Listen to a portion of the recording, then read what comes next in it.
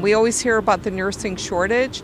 We'll fix that shortage if we can improve the work conditions. At emergency rooms across Chicago, many nurses are complaining that there simply aren't enough of them to give the proper care that each patient deserves. If a nurse has too many patients, that there's an increased risk for falling in a hospital, an increased risk for urinary tract infections or blood infections, increased risk for heart attack and death, because the nurse is not at the bedside making those 24/7 decisions. According to seasoned Chicago nurses Doris Carroll and Lori Christopher, it's the Illinois Hospital Association that continues to stand in their way when it comes to achieving its proposed Safe Patient Limits Act. Of course, management and hospital administrators are opposed to nurse-to-patient ratios because as soon as they hear the word, they believe that it's never going to include acuity. However, on the basis of a study conducted in Massachusetts, the IHA argues that nurse staffing ratios will drive up healthcare costs in Illinois by at least $2 billion a year and might force some hospitals to shut down. Alice Johnson, executive director at the Illinois Nurses Association, believes the IHA's motivation to oppose ratios has all to do with them maximizing profit. The process can also be incredibly frustrating when we're dealing with the hospital. We're pushing for the safe patient limits. The hospital association goes to Springfield and pushes against the safe patient limits, and it is incredibly frustrating because they are, they're good at what they do, which is, hiding the issue.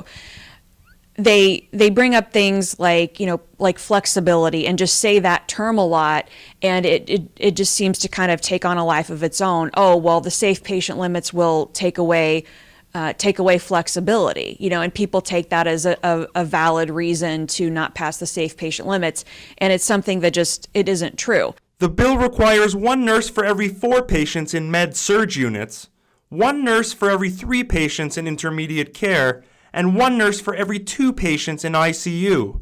The only flexibility that they're looking for is to provide as minimal staff as possible to maximize profits. On March 27th in Springfield, proposed Bill 2604 made it out of the House Labor and Commerce Committee, and it is scheduled to return before a new committee this fall. The working conditions for nurses in Illinois may not be to their liking, but they never forget why they do what they do. That's why nurses stay in the field, our patients. They really, they're grateful. We go the extra mile for them. We know, and we have empathy, and we walk in their shoes, and we're there for them, and that's what keeps us coming back. And that's why nursing students like DePaul University sophomore Lily Amer are still trying to enter the field. Just helping people out, caring for people. I feel that I'm very empathetic, so I think just making sure the family and the children I work with will be totally calm and feel provided for and cared for. Lily's mother, Dr. Kim Amer, an associate professor at DePaul and the author of a book on this very subject, reminds her students all the time that solutions to this problem do exist, even if they might be unconventional. The other idea that may be a little bit radical that I tell students is that if nurses pulled out of being hospital employees, then they could have a practice and then contract with the hospitals, and they could determine the conditions that that we'll work with, or how many patients they would have, and the hours, etc. So it would be more like a model that doctors have, where they contract with hospitals for care. So I think that would be another solution. We've all heard the expression that sometimes less is more.